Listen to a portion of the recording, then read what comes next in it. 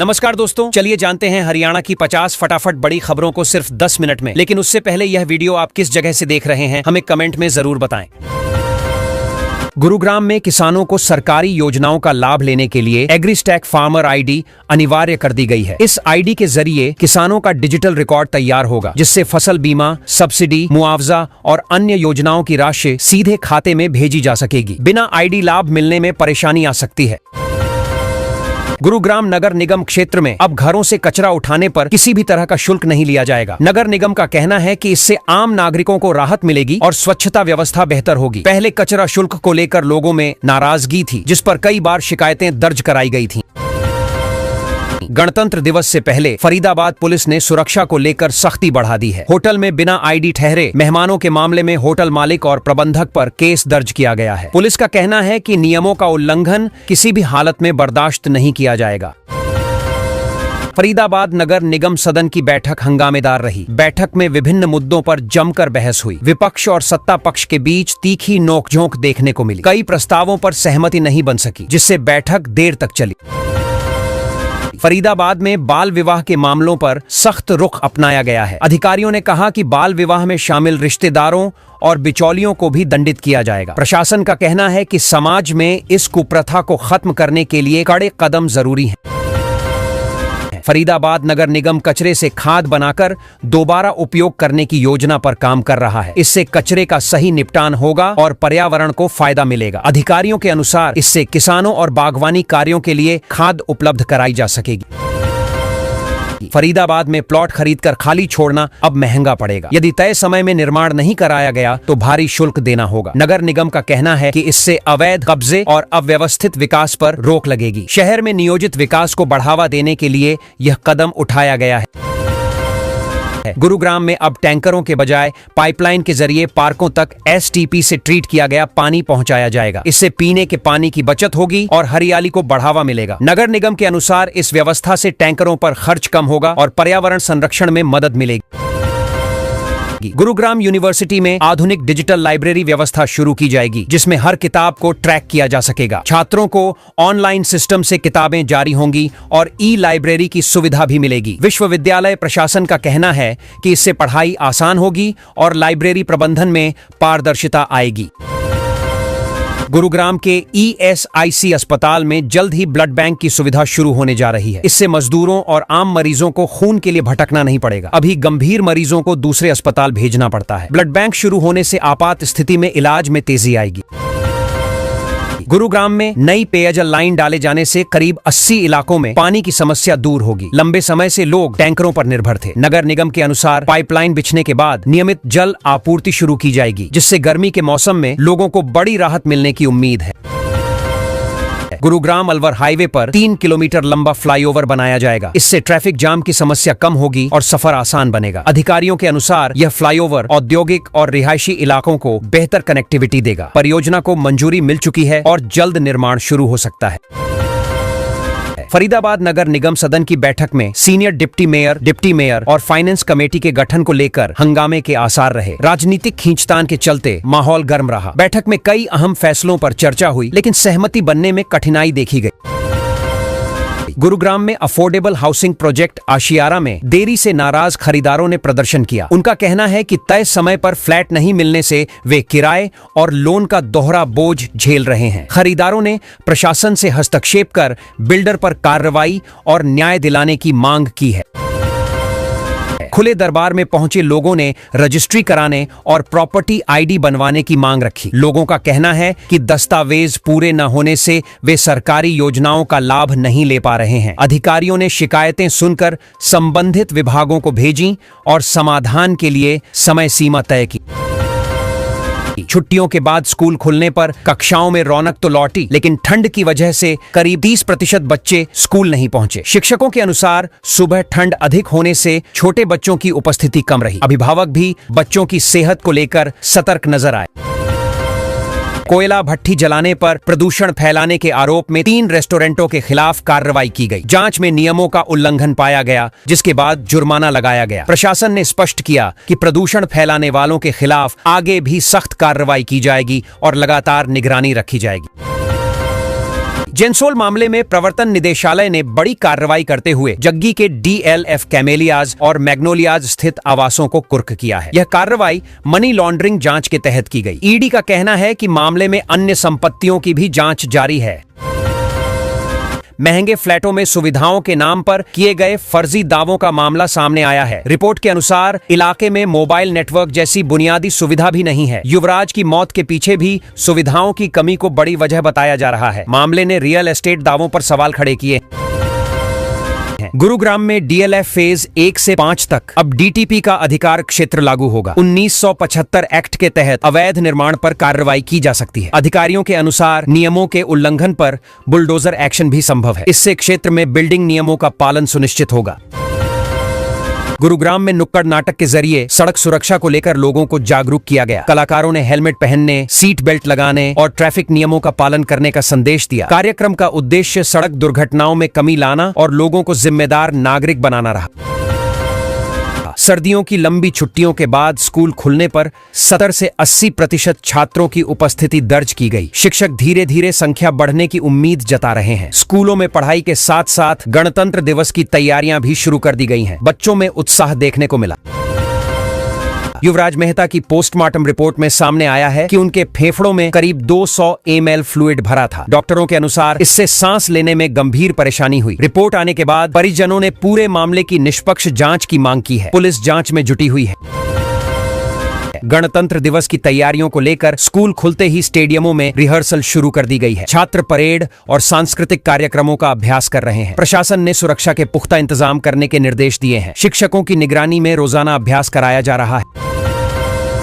शिकायतों को सुनने के बाद अधिकारियों ने उन्हें संबंधित विभागों को भेजते हुए समय सीमा तय की है। प्रशासन का कहना है कि जनता की समस्याओं का समाधान प्राथमिकता पर किया जाएगा। समय पर कार्रवाई नहीं होने पर संबंधित अधिकारियों से जवाब तलब किया जाएगा। इससे व्यवस्था में सुधार की उम्मीद जताई जा रही है।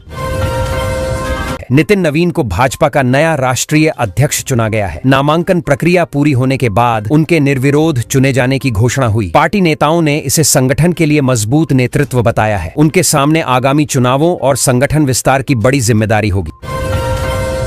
गुजरात में आम आदमी पार्टी का राजनीतिक ग्राफ तेजी से बढ़ा है। पार्टी ने कांग्रेस को पीछे छोड़ते हुए दूसरी सबसे बड़ी ताकत बनने का दावा किया है। राजनीतिक विश्लेषकों के अनुसार स्थानीय मुद्दों और संगठन विस्तार से पार्टी को फायदा मिला है। इससे राज्य की राजनीति में बदलाव के संकेत मिल रहे हैं। भारत और यूरोपीय संघ के बीच मुक्त व्यापार समझौते को लेकर 18 साल की कोशिशें अब अंतिम चरण में हैं। हालांकि कुछ मुद्दों पर अब भी आशंका बनी हुई है। विशेषज्ञों का मानना है कि यह समझौता भारत के निर्यात और निवेश को बढ़ावा दे सकता है, लेकिन संतुलन जरूरी होगा। जर्मनी और फ्रांस के मंत्रियों ने ग्रीनलैंड टैरिफ को लेकर सख्त बयान दिया है। उन्होंने कहा कि किसी भी तरह की ब्लैकमेलिंग बर्दाश्त नहीं की जाएगी। दोनों देशों ने संकेत दिए हैं कि अगर दबाव बनाया गया तो वे पूरी ताकत से जवाब देंगे। यह बयान अंतर्राष्ट्रीय राजनीति में चर्चा का विषय बना है। ट्रंप के टैरिफ वॉर के चलते अंतर्राष्ट्रीय बाजार में सोना और चांदी नई ऊंचाई पर पहुंच गए हैं। निवेशक सुरक्षित विकल्प के तौर पर कीमती धातुओं में निवेश बढ़ा रहे हैं। विशेषज्ञों के अनुसार वैश्विक अनिश्चितता के कारण आने वाले समय में कीमतों में और उतार चढ़ाव संभव है। UAE के राष्ट्रपति 2 घंटे के दौरे पर भारत पहुंचे। प्रधानमंत्री नरेंद्र मोदी ने एयरपोर्ट पर प्रोटोकॉल तोड़कर उनका स्वागत किया। यह यात्रा द्विपक्षीय संबंधों के लिहाज से अहम मानी जा रही है। दोनों देशों के बीच व्यापार, निवेश और रणनीतिक सहयोग पर चर्चा होने की संभावना है। नई दिल्ली में राष्ट्रीय वन्य जीव बोर्ड की स्थायी समिति की 88वीं बैठक आयोजित की गई। बैठक की अध्यक्षता केंद्रीय पर्यावरण मंत्री ने की। इसमें वन्य जीव संरक्षण, पर्यावरण संतुलन और विकास परियोजनाओं से जुड़े मुद्दों पर चर्चा हुई। सरकार का फोकस संरक्षण और विकास के बीच संतुलन बनाने पर रहा। दिल्ली मंडल में 9 महीनों के दौरान बिना टिकट यात्रा करने वाले 4.35 लाख यात्रियों को पकड़ा गया। रेलवे ने इनसे 31.88 करोड़ रुपए का जुर्माना वसूला। अधिकारियों के अनुसार सख्त जांच अभियान से राजस्व में बढ़ोतरी हुई है और यात्रियों में नियमों का पालन करने की जागरूकता बढ़ी है। भारत के 2030 तक उच्च मध्य आय वर्ग वाला देश बनने का अनुमान जताया गया है। रिपोर्ट के अनुसार आर्थिक सुधार, डिजिटल विकास और औद्योगिक विस्तार से यह संभव होगा। हालांकि विशेषज्ञों ने रोजगार सृजन और सामाजिक समानता पर भी ध्यान देने की जरूरत बताई है। है। अंबाला में 2 पटवारियों के खिलाफ भ्रष्टाचार का बड़ा मामला सामने आया है। रिश्वत लेने के आरोप में उनके खिलाफ चालान पेश किया गया है। जांच एजेंसियों के अनुसार सबूतों के आधार पर कार्रवाई की गई है। प्रशासन ने स्पष्ट किया है कि भ्रष्टाचार के मामलों में किसी को बख्शा नहीं जाएगा। अंबाला के 3 स्कूलों को बम से उड़ाने की धमकी मिलने से हड़कंप मच गया। सूचना मिलते ही पुलिस और बम निरोधक दस्ते ने स्कूलों की जांच की। एहतियातन सुरक्षा बढ़ा दी गई है। प्रशासन ने अभिभावकों और स्कूल प्रबंधन से संयम बरतने की अपील की है। गणतंत्र दिवस से पहले अंबाला के कई स्कूलों को धमकी भरे ईमेल मिले हैं, जिनमें बच्चों को स्कूल न भेजने की बात कही गई। पुलिस मामले की जांच कर रही है और साइबर टीम को सक्रिय किया गया है। सुरक्षा एजेंसियों ने स्कूल परिसरों में कड़ी निगरानी शुरू कर दी है। जिला कांग्रेस कमेटी अंबाला शहरी की नई कार्यकारिणी की घोषणा कर दी गई है। पार्टी नेतृत्व ने संगठन को मजबूत करने के उद्देश्य से नई टीम बनाई है। पदाधिकारियों ने जनता से जुड़े मुद्दों को प्राथमिकता देने और आगामी चुनावों की तैयारी में जुटने की बात कही। फरीदाबाद के कई इलाकों में दोपहर से पेयजल सप्लाई शुरू होने से लोगों को राहत मिली। लंबे समय से पानी की समस्या झेल रहे क्षेत्रों में सप्लाई बहाल की गई है। नगर निगम ने बताया कि तकनीकी सुधार के बाद जलापूर्ति व्यवस्था को बेहतर बनाया गया है। फरीदाबाद में घने कोहरे और ठंड से तापमान 8 डिग्री तक गिर गया है। डॉक्टरों ने बुजुर्गों और बच्चों को सतर्क रहने की सलाह दी है। ठंड के कारण सांस और हृदय रोगियों की समस्याएं बढ़ सकती हैं। लोगों को गर्म कपड़े पहनने और सुबह शाम बाहर निकलने से बचने की सलाह दी गई है। वीबीजी रामजी योजना को ग्रामीण भारत के भविष्य से जोड़ते हुए हरियाणा के मंत्री राव नरबीर सिंह ने कहा कि यह योजना गांवों में बुनियादी सुविधाएं, रोजगार और सामाजिक सुरक्षा को मजबूत करेगी। इससे ग्रामीण अर्थव्यवस्था को गति मिलेगी और पलायन रुकेगा। सरकार गांवों को आत्मनिर्भर बनाने के लिए लगातार काम कर रही है। हरियाणा में पुलिस भर्तियों को लेकर मंत्री हिम्मत सिंह ने स्पष्ट किया कि आयु की गणना पूरी तरह पुलिस नियमों के अनुसार ही की जाएगी। इससे भर्ती प्रक्रिया में पारदर्शिता आएगी और किसी भी वर्ग के साथ अन्याय नहीं होगा। युवाओं को नियमों के तहत पूरा अवसर दिया जाएगा। गुरुग्राम में स्कूलों की पढ़ाई प्रभावित न हो, इसके लिए सरकार ने पूल टीचर सिस्टम लागू करने का फैसला किया है। इस व्यवस्था के तहत शिक्षकों की कमी वाले स्कूलों में अस्थायी रूप से अन्य स्कूलों से शिक्षक भेजे जाएंगे। इससे छात्रों की पढ़ाई निरंतर चलेगी और शैक्षणिक नुकसान नहीं होगा। गुरुग्राम में किसानों के लिए एग्रीस्टैक फार्मर आईडी को अनिवार्य कर दिया गया है। इससे किसानों को सरकारी योजनाओं, सब्सिडी और लाभ सीधे और आसानी से मिल सकेंगे। प्रशासन का कहना है कि डिजिटल पहचान से फर्जीवाड़ा रुकेगा और किसानों को समय पर सहायता पहुंचाई जा सकेगी। गुरुग्राम के एक मंदिर में पुजारी की तैनाती को लेकर 2 पक्षों में खूनी संघर्ष हो गया। इस झड़प में कई लोग घायल हुए। पुलिस मौके पर पहुंची और स्थिति को नियंत्रित किया। घायलों को अस्पताल में भर्ती कराया गया है। मामले की जांच जारी है और दोषियों पर कार्रवाई होगी। गुरुग्राम में भूजल संकट लगातार गहराता जा रहा है। प्रशासन ने खराब रेन वाटर हार्वेस्टिंग सिस्टम को ठीक करने और नए मॉड्यूलर सिस्टम लगाने का फैसला किया है। अधिकारियों का कहना है कि बारिश के पानी का बेहतर संचयन किया जाएगा ताकि भूजल स्तर को सुधारने में मदद मिल सके। कमर में रस्सी बांधकर ठंडे पानी में कूदे डिलीवरी बॉय से जुड़ी घटना में एक इंजीनियर की मौत हो गई। चश्मदीद ने हादसे की भयावह कहानी बताई। बताया गया कि बचाव के दौरान हालात बिगड़ गए। पुलिस ने मामला दर्ज कर जांच शुरू कर दी है। गुरुग्राम में वायु प्रदूषण गंभीर स्तर पर पहुंच गया है। AQI 383 दर्ज होने के बाद शहर गैस चैम्बर जैसा बन गया है। डॉक्टरों ने बच्चों, बुजुर्गों और बीमार लोगों को सावधानी बरतने की सलाह दी है। प्रदूषण से सांस और आंखों से जुड़ी समस्याएं बढ़ने का खतरा है। प्रधानमंत्री नरेंद्र मोदी ने कहा कि पश्चिम बंगाल के लोग तृणमूल कांग्रेस के कथित महाजंगल राज से परेशान हैं और बदलाव चाहते हैं। उन्होंने आरोप लगाया कि राज्य में कानून व्यवस्था बिगड़ी हुई है। पीएम ने दावा किया कि जनता विकास, सुरक्षा और पारदर्शी शासन के लिए भाजपा की ओर देख रही।